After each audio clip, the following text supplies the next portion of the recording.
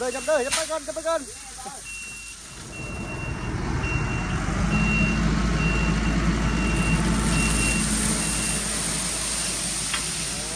ยินตั้งไรได้ใช่โอเคเท่าไรอ่ะ1 2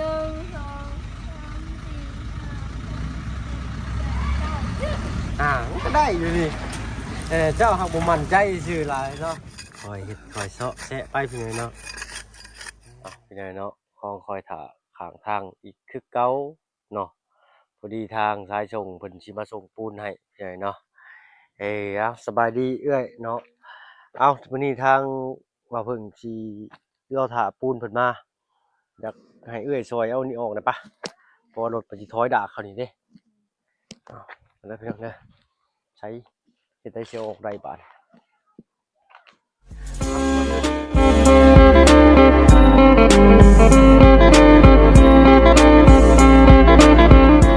ทายพี่น้อยเนาะกับทักทายสบายดีผู้ใหญ่ใจดีแล้วก็ FC เบิร์ดทุกท่านเช่นเคยพี่น้อยเนาะ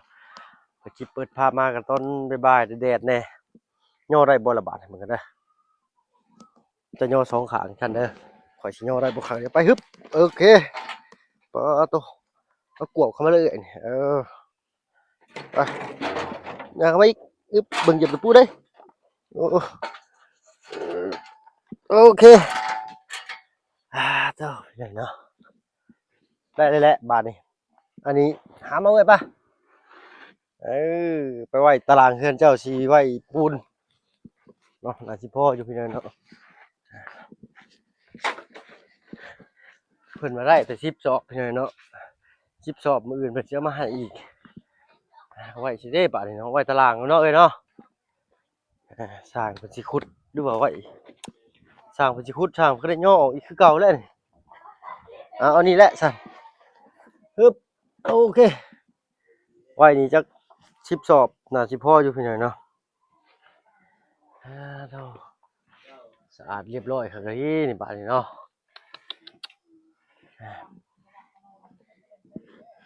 ใส่เพิ่นมาฮอดใส่ล่ะบอกว่าเลยทางเข้าบางกระดับ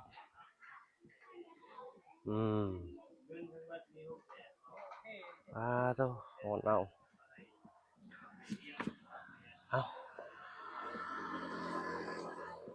ใช่พี่น้อยเนาะรอถามอีกนิดหน่อยยันเพิ่นมาแล้วเพิ่นเลยหั่นนะต้องมาเดี๋ยว1,000 บาทใหญ่บาทแล้วที่ใช่เพิ่นต้องเข้าพี่น้อยถ้าถอยเข้าไปได้บ่เนาะ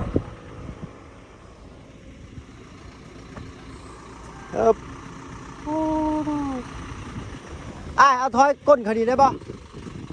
ถอยก้นคดีเด้อ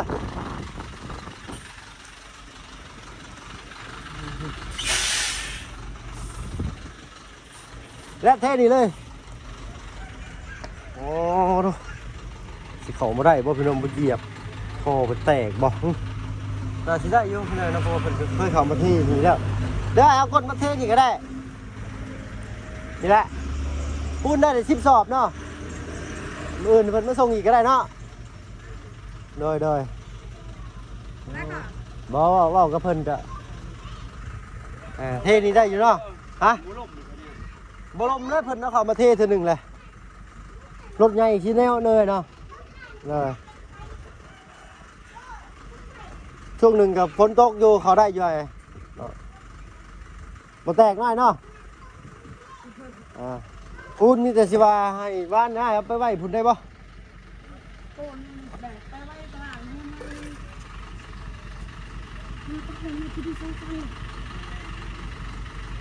นี่ได้มีรถเห็นอยู่ได้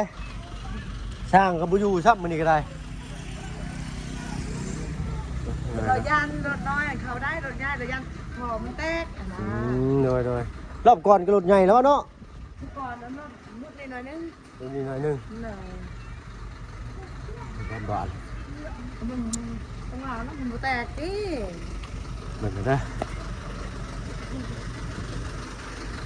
ครั้งแรกกันเอาไม้ขยีบไม้เข้ามาหน่อยเนาะโดยเป็นว่าได้ก็คือได้รถพี่เลยเนาะประสบการณ์โชคโชนโดยที่นี่โดยมันมาแตกกัน ทนเอาขนาดนี้เนาะง่ายเกี่ยวสถานที่หน่อยหนึง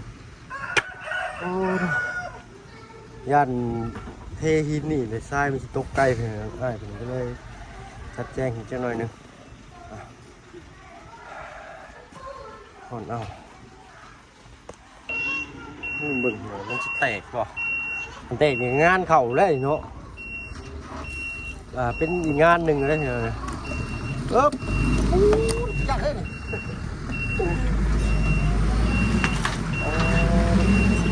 ปึ๊บ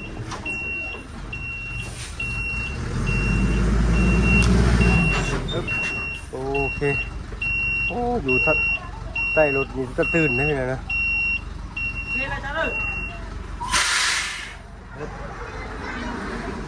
ใช้น้องจะดีสบายดีจ้ะโอ้ใช้คันบางไงสิพ่อจะบ่ใช่พื้นเรือนจะนี่เนาะเรือไปจักโดยเรือกระดาษจะได้ที่มันได้อีกเติมอีกนะได้บ่ยกบานหินสามทรายซองนี่เนาะ หิน2สาย3บ่หินสามทรายซอง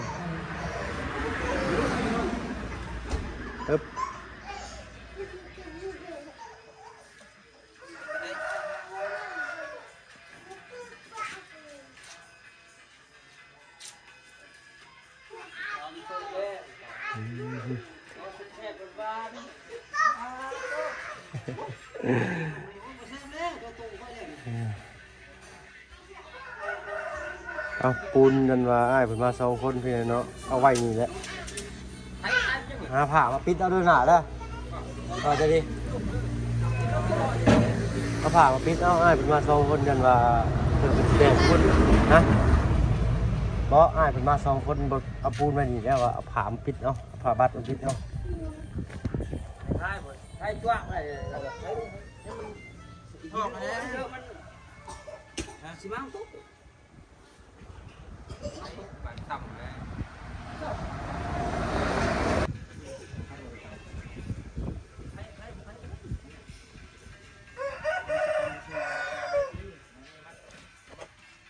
ปูนนำที่เล่นใกล้กับพ่อรถตะพุ่งกับพ่อที่นั่นกับสิมา นี่ได้อ้ายเพิ่นไว้นี่ได้เลยเนาะ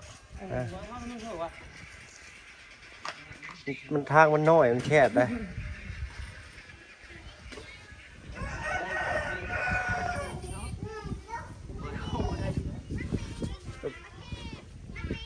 เอาที่สุดก่อน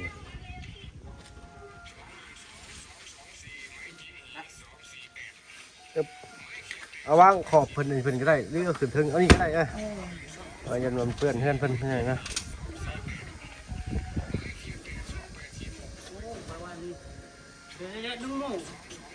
แดดอันนี้2-3 มือนะโอ้ยตายปูนมันนี่ได้มา10 สอบด้วยล่ะเด้อมื้ออื่นเพิ่นจะมาให้อีก10 สอบเนาะ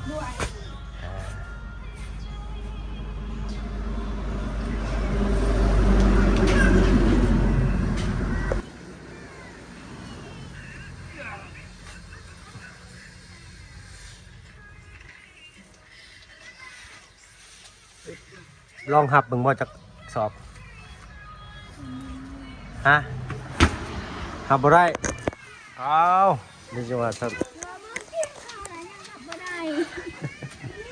ปล่อยให้แตกลมเลย ไปหาผ้าไปล่ะไปผ้าบัดเด้อที่ขังสร้างนะก็ว่าอยู่ใช่แม่นยันว่าฟ้าฝนมาได้นี่บ่ทันได้นี่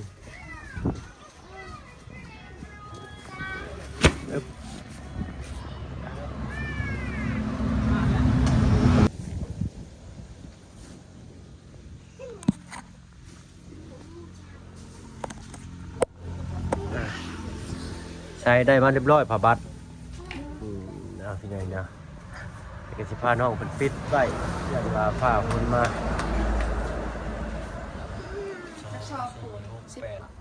สอบเกินสั่งเพิ่นต้น1 20 สอบเป็นเนาะเพิ่นมีแต่10เอาว่า10ก่อนเดี๋ยวมื้ออื่นเพิ่นเอามาให้อีก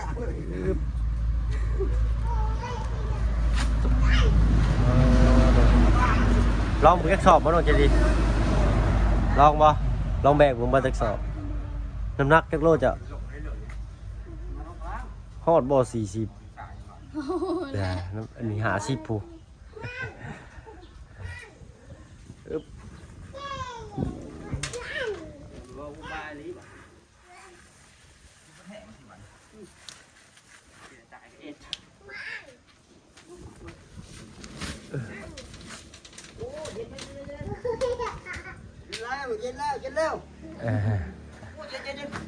เพิ่นสิเทได้บ่ได้ยับเด้อบ่ได้เด้อขี้ฝุ่นเด้อจักอะไร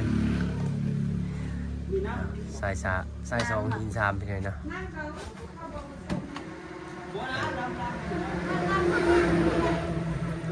ใส่จะมองเด้อ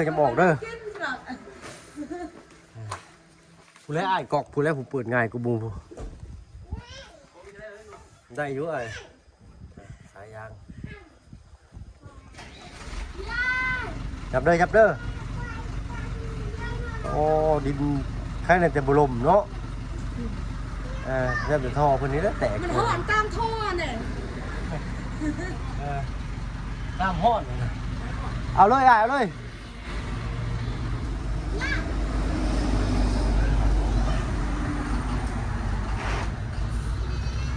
เบิ่งมาลุ้นกันไปเลยเนาะสิหน่อยสิได้3 2 โอ้จับไปก่อนเดี๋ยวบ่ได้ใช่แล้วเลยโอ้คุณบ่ได้ใช่เลยว่าเลยเนาะเอาคุณทำกันดีกันเลยนะน้ำพ่นทะยานอะไรมันตากแดดมันบุบก้อนนี่3 เมตรก้อนนี่เลยโอ้ต้อง40 เนาะ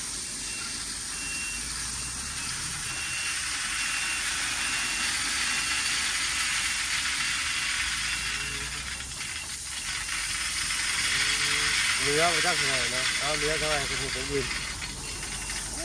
ฝุ่นบุ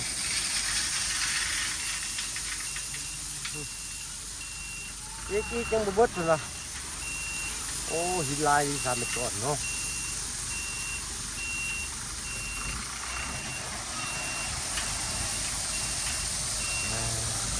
บุบดอยู่เลยนะคุณไกลละโอเคเดินหน้าบาน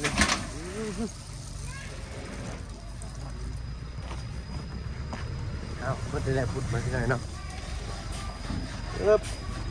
โอ้ไปหินงามๆลีเนาะครับจะได้ต้องจะมีหินงามป่ะ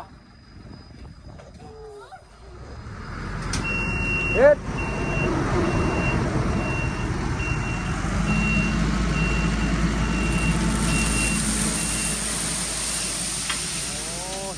ไปเลยใช่โอเคทรายกับทรายงามเลยพี่หน่อยเนาะ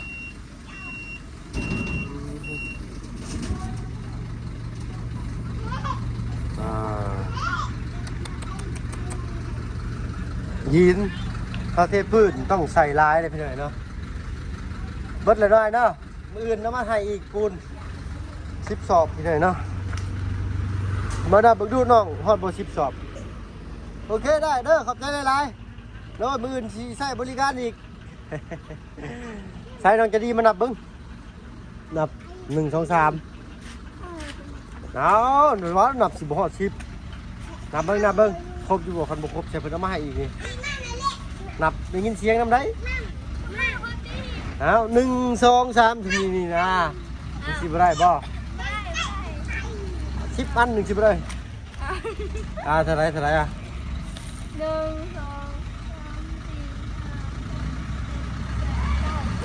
5ก็ได้อยู่นี่เจ้าหักบ่มั่นใจชื่อหลายเนาะบ่มีหยังยากบ่มีหยังผิดบ่มีหยังถูกนะเนาะถ้าว่าเฮาผิดเพิ่นก็บอกเฮาอยู่แล้วเด้อเนาะถ้าเฮาผิดเพิ่นต้องบอกเฮาแน่นอนเพราะว่าเพิ่นผ่านมาก่อนบ่ต้องย่านเด้อบัดนี้นะเสียระบาวรอดเอาใส่ย่างมึงอยู่งามอยู่บ่ทรายหินทรายโอ้บ่ให้เด็กน้อยลิ้นเด้อล่ะเด้อปลายเนาะแต่ทั้งพื้นนี้มีหินอยู่ด้วยพี่น้องประมาณนี้ ทราย2ทีม3มาบัดนี้มาปูเขาบัดนี้ไปปิดไว้แล้วเอาใหม่มาทับไปเด้อ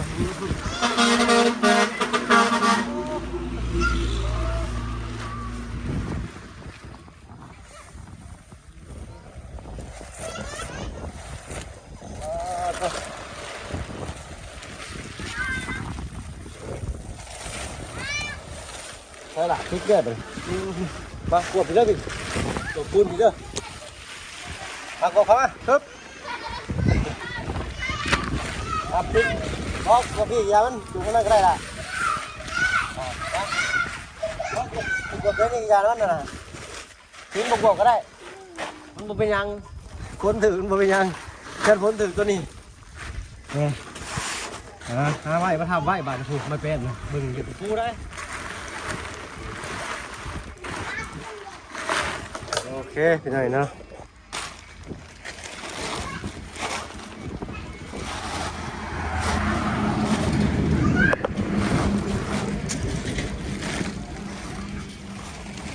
มาเราทับครึ่งอยู่แล้วผมมีคากล้องเลยนะคากล้องทางลุงจันทร์มันลืมเลยให้ลูกไปใส่ก่อนสบงอันละ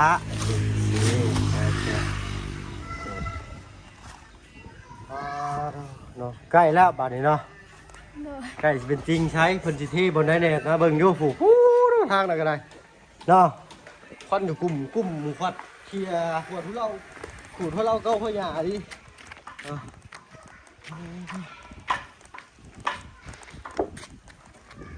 เอาไม้นี่มาว่าสินั่น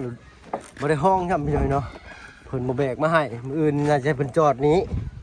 ให้เพิ่นแบกเข้ามานี้บาดนี้เนาะอ๋อตัวบ่มีไม้กวาดเบื่อยไม้กวาดกับเล็บเสือบ่มีบ่มีเนาะ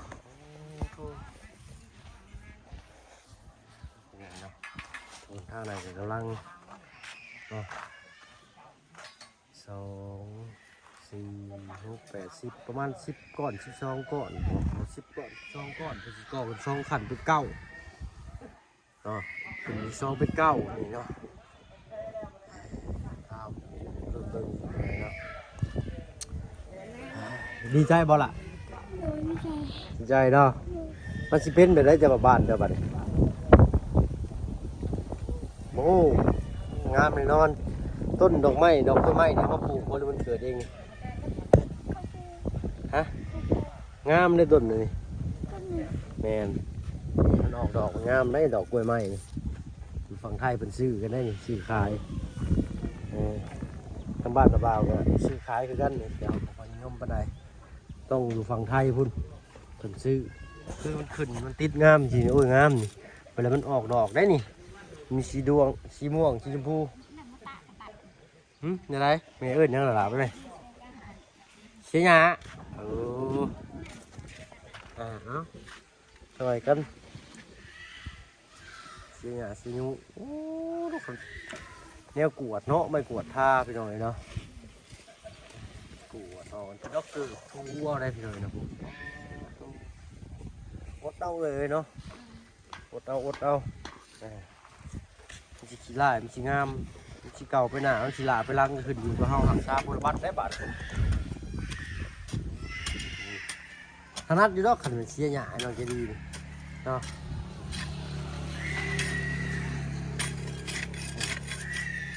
ปกติก็เสียหยามันดูอยู่บ่ล่ะดูมาแล้วแม่นบ่เป็นไงเป็นไงเยอะจังบ่เสียกันไม่เท่าเสียกันไม่เท่าเนาะถ้าเสียกันแม่เอาคนเอาน้องตัวไปบางเทียก็เอาน้องก็เสียน้ำเลยเสียกันเยอะรถไฟหันบุจื้อครับรถไฟฮะเรียนบ่เรียนบ่รถบุญสารวัตรรถไฟเด้เนาะเอา บ้านใครรถลุงจันทร์เลยน้องคนบุจื้อไปเลยเนาะหลายคันหมด ลุงจันทร์เพิ่นกลับไปขึ้นบ้านบ่าวตะโลพี่น้อยเนาะเบิ่งเงินนั่นพี่ช่างไปจัดการอยู่บ้านบ่าวตะโลเนาะแล้วเสร็จบ้านหลังหนึ่งขึ้นเรียบร้อยพี่น้อยขึ้นบ้านเพิ่นมื้อนี้เนาะทานกินข้าวกินน้ำแล้วบ่แหละกินยังกินข้าวกับยังมื้อนี้นั่นกินลวกมีโอ้กินแต่ลวกมีมันบ่อยากค่อยดีปานใดได้มันอยากยังไปเดิน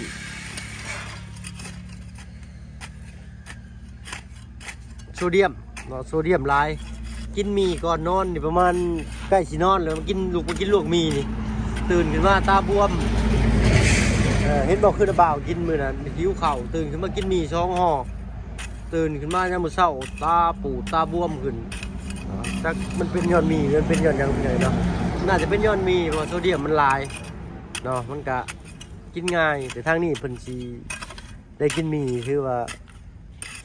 ดีระดับหนึ่งในพี่น้องเนาะเพราะว่าอาหารการอยู่กันกินก็บ่ค่อยมีปานใดถ้าสิอาศัยพึ่งน้ำพึ่งป่าก็คือเห็นแล้วพี่น้องเนาะถ้าสิไปเอามาใส่มันเบิดแล้วนะยามหน่อไม้ก็มีแต่หน่อไม้นั่นแหละเอ้ยอันขี้แก่เป็นกวดใช้